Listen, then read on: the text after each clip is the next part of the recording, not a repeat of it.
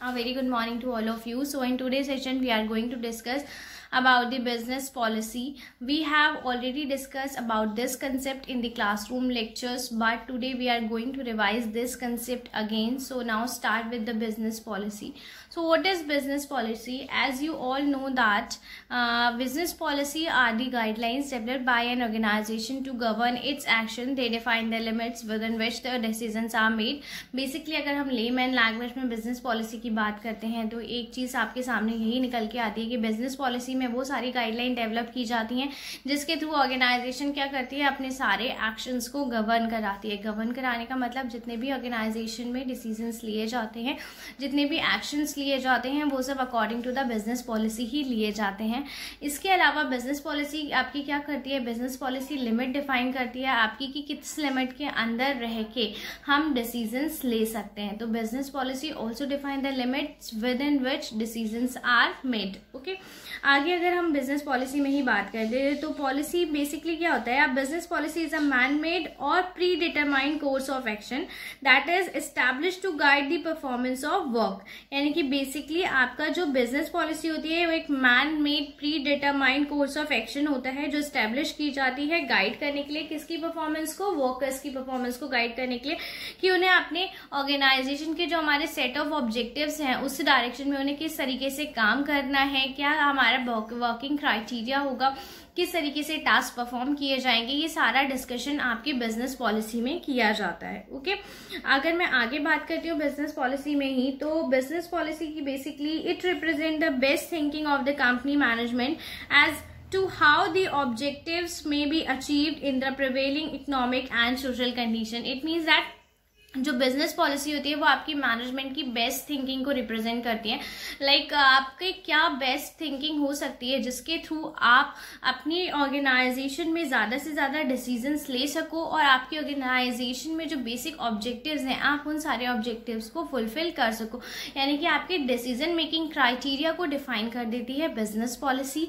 काम करने के क्राइटेरिया को डिफाइन कर देती है बिजनेस पॉलिसी. एक बेसिकली पॉलिसी क्या होती है, हमारे लिए गाइडलाइन होती है, एक पाथवे होती है जिसके थ्रू हमें मूव करना होता है towards the organisational objectives. Okay, I think आपको यहाँ पे अब बिजनेस पॉलिसी का मीनिंग समझ आया होगा.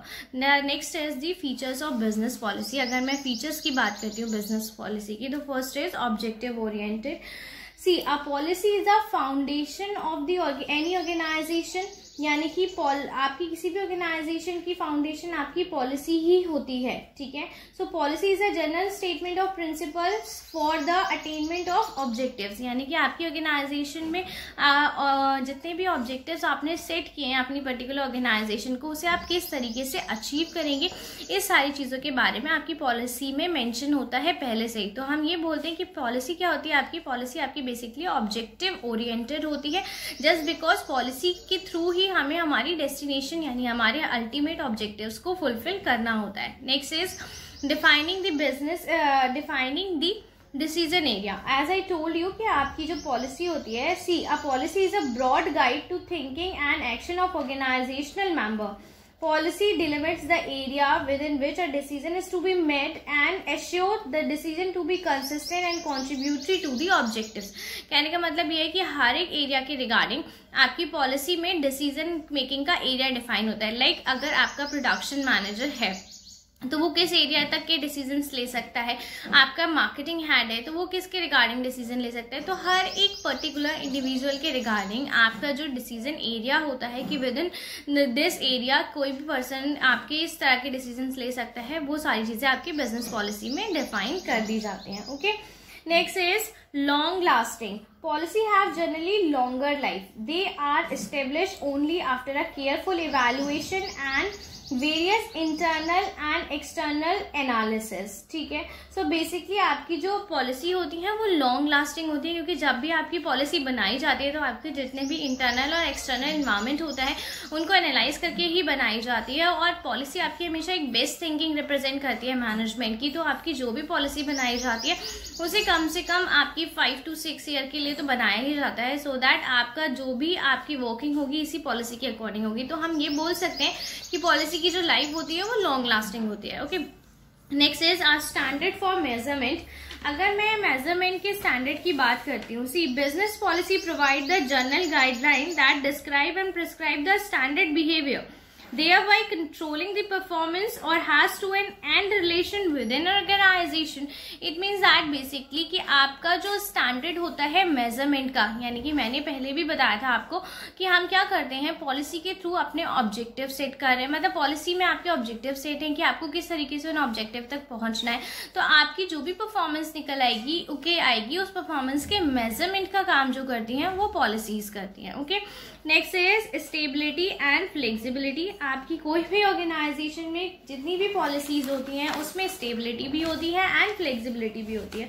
तो हम ये भी बोलते हैं कि a good policy should not be altered very often but should remain in force for a long time, क्योंकि अगर आपकी कोई भी पॉलिसी आप बार बार चेंज करते रहोगे तो किसी भी पॉलिसी का आपका इफेक्टिव आउटकम निकल के नहीं आएगा। तो हमें एक अच्छी पॉलिसी हमारी तभी कहलाएगी जब वो थोड़ी लॉन्ग लास्टिंग हो, यानी कि उसके अंदर स्टेबिलिटी हो, ताकि वो लंबे टाइम तक काम कर सके और उसके आउटकम जो निकल के हैं वो बहुत ज्यादा इफेक्टिव निकल के आए। ओके, अगर मैं फ्लेक्सिबिलिटी के सेंस में बात करती हूँ तो आपकी पॉलिसी में कुछ स्कोप भी होना चाहिए। अगर आपकी ऑर्गेनाइजेशन में कुछ आपको चेंजेस करने हैं, सपोज आपको अपना ऑब्जेक्टिव चेंज करना है या आपको अपना मिशन या विजन आपने चेंज करना है, तो आप उसके अकॉर्डिंग अपनी पॉलिसीज को भी चेंज कर सको।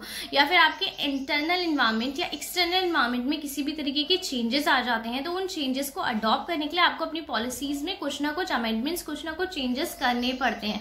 सो आपको अपनी पॉलिसी में फ्लेक्सिबिलिटी भी रखनी है एंड स्टेबिलिटी भी रखनी है। Okay, next is policy should be in written. As I told you in the classroom lecture कि पॉलिसी हमेशा क्या होती है, पॉलिसीज आर रिटन डॉक्यूमेंट, कि बेसिकली आपके जितने भी रूल्स हैं, रेगुलेशंस हैं, बिजनेस क्राइटेरियाज हैं, ऑब्जेक्टिव्स के रिगार्डिंग आपको किस तरीके से वर्किंग करनी है, वो सारी गाइडलाइन आपको रिटन में ही दी जाती है। तो पॉलिसी हमेशा क्या होती है, policy is always a written document. Okay, next is comprehensive. Comprehensive से यहाँ पे मीनिंग क्या निकल के आता है कि बेसिकली जब हम कॉम्प्रिहेंसिव की बात कर रहे होते हैं तो any policy that is to be adopted should be broad based, that is adequately comprehensive, covering wide scope and all possible issues of common interest. It means that कि आपकी पॉलिसी कॉम्प्रिहेंसिव होनी चाहिए, जितना स्कोप आ रहा है ज्यादा से ज्यादा स्कोप को कवर कर रही होनी चाहिए ऑर्गेनाइजेशन में, और जितने भी पर्टिकुलर इश्यूज आ रहे हैं आपकी ऑर्गेनाइजेशन में, सो उन इश्यूज के रिगार्डिंग आपको किस तरीके से डील करना है, ये सारी चीजें भी आपकी पॉलिसी में मेंशन होनी चाहिए। Okay, next is ethical standard. So अगर मैं एथिकल स्टैंडर्ड की बात करती हूँ तो आपकी पॉलिसी में एक एथिकल चीजें भी इन्वॉल्व होनी चाहिए, यानी आपकी पॉलिसी का डॉक्यूमेंट एथिकल होना चाहिए, एथिकल स्टैंडर्ड मेंटेन होना चाहिए। Next is no company can ignore its moral responsibility to comply with the basic principle of business ethics. As I told you कि कोई भी कंपनी आजकल का सिनारियो ही है कि आपकी जो CSR है, जो आपकी एथिकल एक्टिविटीज हैं, लाइक CSR हो गई, आपकी कॉर्पोरेट सोशल रिस्पॉन्सिबिलिटी हो गई, या आपकी कोई और सोशल रिस्पॉन्सिबिलिटी हो गई आपके वर्कर्स की तरफ, एम्प्लॉयज की तरफ, तो उस चीज को आप इग्नोर नहीं कर सकते। तो आपकी जो भी पॉलिसी हो उसमें एथिकल स्टैंडर्ड्स होना चाहिए, आपकी जो भी रिस्पॉन्सिबिलिटीज हैं टूवर्ड्स योर स्टेक होल्डर्स, वो सारी आपकी रिस्पॉन्सिबिलिटी क्लियरली डिफाइन होनी चाहिए, एंड उस रिस्पॉन्सिबिलिटी को किस तरीके से फुलफिल किया जाना है उसके रिगार्डिंग प्रॉपर गाइडलाइंस होनी चाहिए। ओके, सो आई थिंक यहाँ पे आपको meaning of business policy and the features of business policy समझ में आया होगा। Thank you, have a good day.